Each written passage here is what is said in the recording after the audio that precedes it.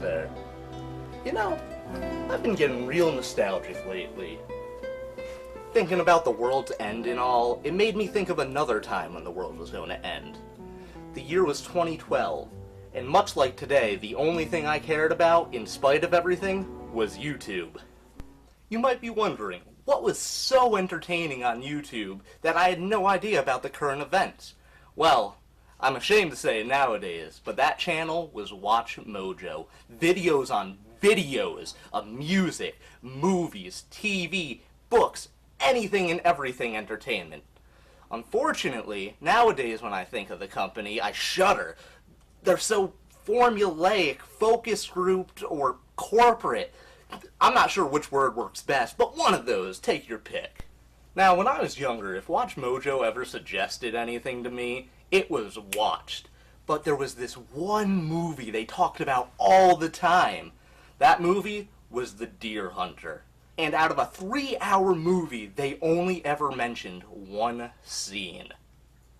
That scene, our 3 main characters have been taken POWs and forced to play Russian roulette. What they didn't tell you was there was 2 other characters in that scene. They only talked about Christopher Walken, as if he was the main character of the whole story. Whenever this movie came up, the only information you got was Russian roulette, it was intense, and it starred Christopher Walken. That is such a bad description of the movie that I had no idea, A, Robert De Niro was the main character, and B, this was a war movie. Based on their description alone, I thought this was about a bunch of friends going camping over a weekend in a cabin and deciding to play Russian roulette when things get dark. It wouldn't be until 8 years later I find my favorite movie. The movie starts off in a small American town, Clayton, Pennsylvania, the city of prayers, something none of our main characters will have. We find our 3 main characters at their factory job, Nick, Michael, and Steven, played by Christopher Walken, Robert De Niro, and John Savage. This will be their last day at the factory and their last weekend in the US. After this, they are going to fight in Vietnam. But before these characters can actually go to war, 2 things need to happen. Steven's wedding. Now, this first hour may not seem important in the grand scheme of the whole movie, but I would argue it is the most important part of the film. Without this hour of our characters celebrating, getting drunk, being stupid, the horrors of war would not have been as intense later on. Our characters have these delusions of being heroes. They think they're going to wipe out the whole entire army 3 times over. They have no idea what they have signed up for. The first time we realize our characters are ignorant to their newfound situation is with their first interaction with a war veteran. They are saying things like, "I hope they send us where the bullets are flying and the fighting's the worst." The war veteran is just so disgusted by these kids' attitudes. He knows they aren't ready. They have no idea what they're talking about. All they care about is the perceived joy of killing. To which the veteran can only say, "Fuck it." The veteran might piss off our main characters now, but all too soon will they know where he is coming from. As the first part of this movie and the wedding are wrapping up, there is one final ceremony that the bride and groom must participate in. They are to take 2 shots connected to each other. It is a very ornate silver-like goblet. There'll be a picture off to the side for you to see what I'm talking about. I don't know how else to describe it. And if they can drink from this without spilling a drop, they will have good luck for the rest of their lives. Well, unfortunately, right before the characters go off to war, the bride spills 2 drops on her dress. This is the first sign that the movie is not going to end well. After an hour of non-stop joy from our 3 main characters, we are thrown directly into the middle of a war. Our characters are taken prisoner, and they are forced to play Russian roulette. This is the scene Watch Mojo could never give justice to. There is no escape from this hell. They are held in a river waist deep in a cage, and if they refuse to play, they get put in a second cage. that is already rising above your mouth and filled with rats. You are to die. This game has no winners. Unfortunately, Steven gets thrown into the secondary cage where he is most definitely going to die. It is up to both Nick and Michael to save him, for they are the last two prisoners, so they have to play each other in Russian roulette. Michael, in an attempt to escape, convinces the captors put 3 more bullets in the revolver, make the odds more interesting. After the gun is loaded with the additional 2 bullets, the chamber is spun. Michael is the first to go. He picks up the gun without hesitation. Click. Nothing. Then it is Nick's turn. Unlike Michael, he hesitates. He is scared. But he also knows if he doesn't do this, they all die instead of having a chance to escape. So after a lot of beratement from the captors and encouragement from Michael, he raises the gun to his head, slowly pulls the trigger with anticipation. Click! Nothing happened. It is Michael's turn again, and he knows the next shot or 2 are kill shots. This is his chance, his only chance to escape.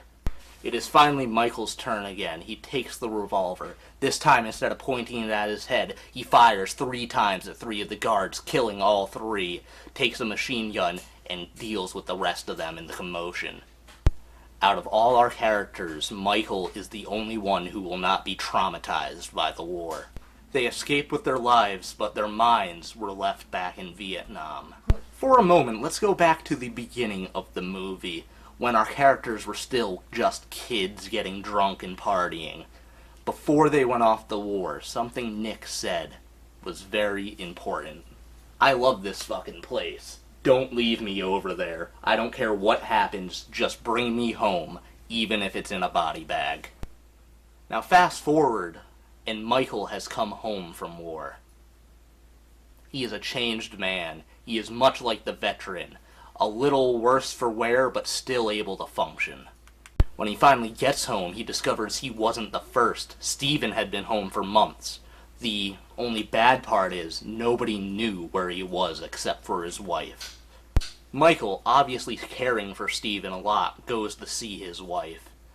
And what I believe to be the most disturbing image in this whole movie shows up here.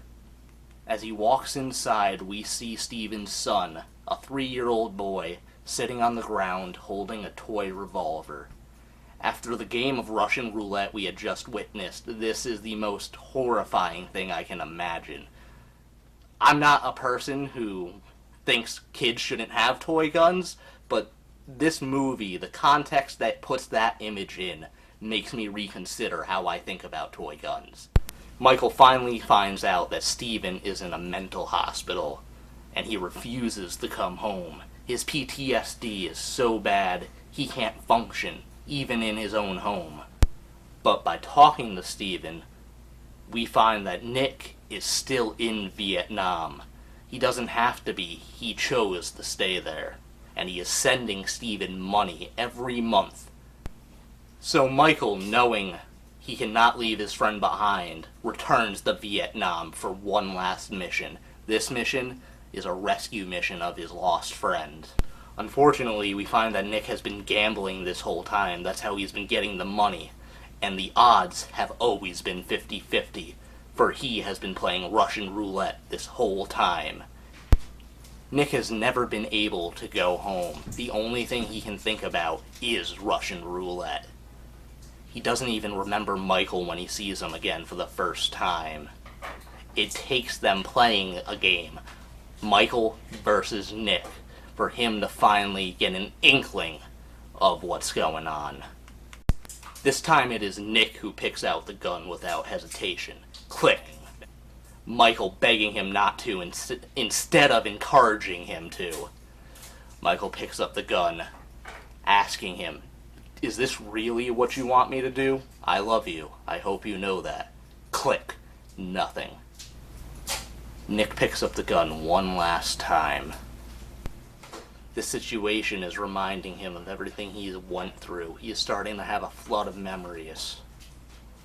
He sees Michael. He thinks of home. He can never return. Like he said before, he wants to come home, but the only way he will be able to is in a body bag. Bang! The gun goes off, killing Nick. This movie has just always been so powerful to me since I saw it like 2 weeks ago. As somebody with friends who were veterans, I have seen these types of PTSDs, whether more or less extreme, and it changes on a daily basis. This movie is just so realistic, is the best way to describe it. This proves that the horrors of war don't make themselves obvious until you return home.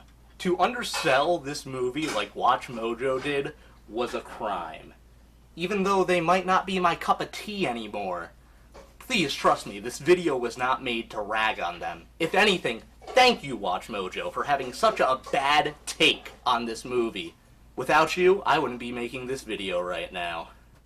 So please, if there's anything you take away from this video, go watch this movie.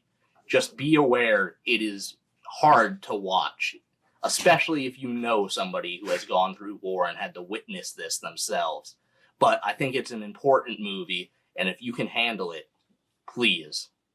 I want to pay respects to one last actor before this movie is over. His name was John Cazale. During the filming, he suffered from lung cancer the whole time, and before the movie released, he would end up passing away. During his whole career, he was only in 5 movies, but 4 of those 5 movies were either nominated or won the Academy Award for Best Picture. He may look like a modern-day Coach Steve, but he is still an actor worth respecting. So please, 2 things from this video. Go and watch The Deer Hunter, and learn about John Cazale. Thank you for checking out the first video. I hope you liked it. There'll be more soon enough. Check back in. See ya.